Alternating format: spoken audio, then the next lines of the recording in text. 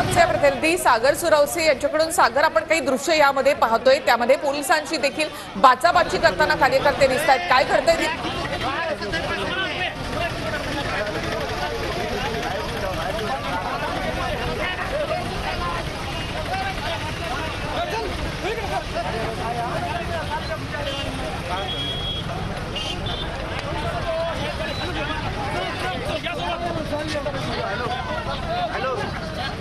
दिलेली आहे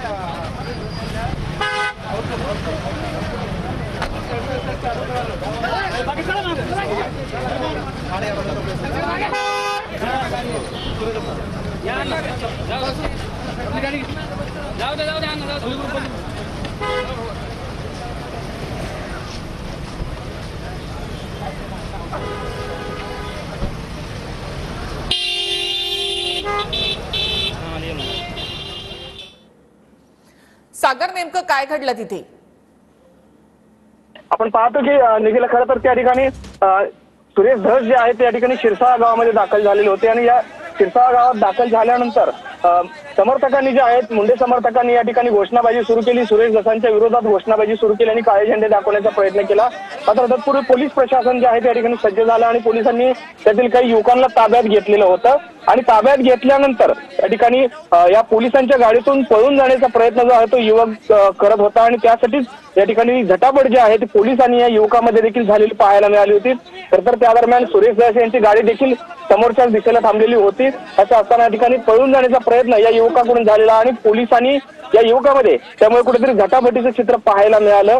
एकंदरीत हा सर्व गोंधळ जो आहे तो शिरसाळा या गावामध्ये भर चौकात घडल्याचं आपल्याला पाहायला मिळालं।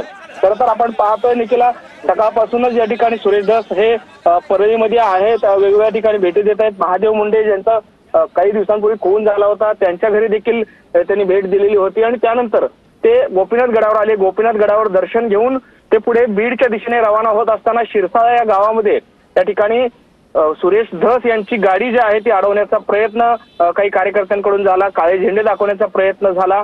खरं तर यापूर्वीच परळी शहरामध्ये देखील त्यांना काळे झेंडे जे आहेत ते दाखवण्यात आलेले होते। त्यानंतर आता पुन्हा एकदा शिरसाळा गावामध्ये त्यांना काळे झेंडे दाखवण्याचा प्रयत्न झाला आणि मात्र पोलीस सतर्क असल्यामुळे या ठिकाणी अनेक युवक जे आहेत ते पळून जाण्यामध्ये यशस्वी झाले।